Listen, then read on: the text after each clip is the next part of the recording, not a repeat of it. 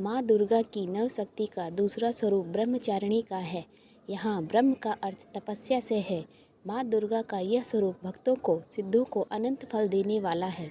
इनकी उपासना से तप, त्याग, वैराग्य, सदाचार, संयम की वृद्धि होती है। ब्रह्मचारिणी का अर्थ तप की चारिणी यानी तप का आचरण करने वाली। देवी का यह रूप पूर्ण ज्योतिर्मय और अत्यंत भव्य है। इस देवी के दाएं हाथ में जप की माला है और बाएं हाथ में यह कमंडल धारण किए हैं। पूर्व जन्म में इस देवी ने हिमालय के घर पुत्री के रूप में जन्म लिया था और नारद जी के उपदेश से भगवान शंकर को पति रूप में प्राप्त करने के लिए घोर तपस्या की थी। इस कठिन तपस्या के कारण इन्हें तपस्चारिणी अर्थात ब्रह्मचारिणी नाम से अभिहित किया गया। 1000 वर्ष तक इन्होंने केवल फल फूल खाकर बिताए और 100 वर्षों तक केवल जमीन पर रहकर साग पर निर्वाह किया। कुछ दिनों तक कठिन उपवास रखे और खुले आकाश के नीचे वर्षा और धूप में घोर कष्ट सहे।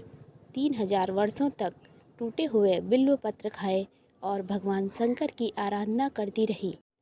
इसके बाद तो उन्होंने सूखे बिल्व पत्र भी खाना छोड़ दिए। कई हजार वर्षों तक निर्जल और निराहार रहकर तपस्या करती रहीं। पत्तों को खाना छोड़ देने के कारण ही इनका नाम अपर्णा पड़ गया। कठिन तपस्या के कारण देवी का शरीर एकदम क्षीण हो गया।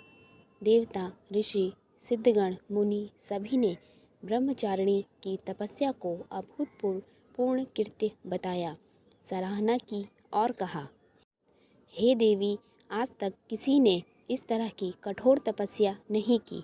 यह तुम्ही से ही संभव थी। तुम्हारी मनोकामना परिपूर्ण होगी और भगवान चंद्रमौली शिवजी तुम्हें पति रूप में प्राप्त होंगे। अब तपस्या छोड़कर घर लौट जाओ। जल्दी ही तुम्हारे पिता तुम्हें बुलाने आ रहे हैं।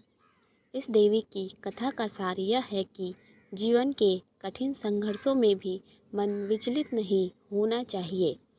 माँ ब्रह्मचारिणी देवी की कृपा से सर्वसिद्धि प्राप्त होती है। दुर्गा पूजा के दूसरे दिन देवी के इसी स्वरूप की उपासना की जाती है।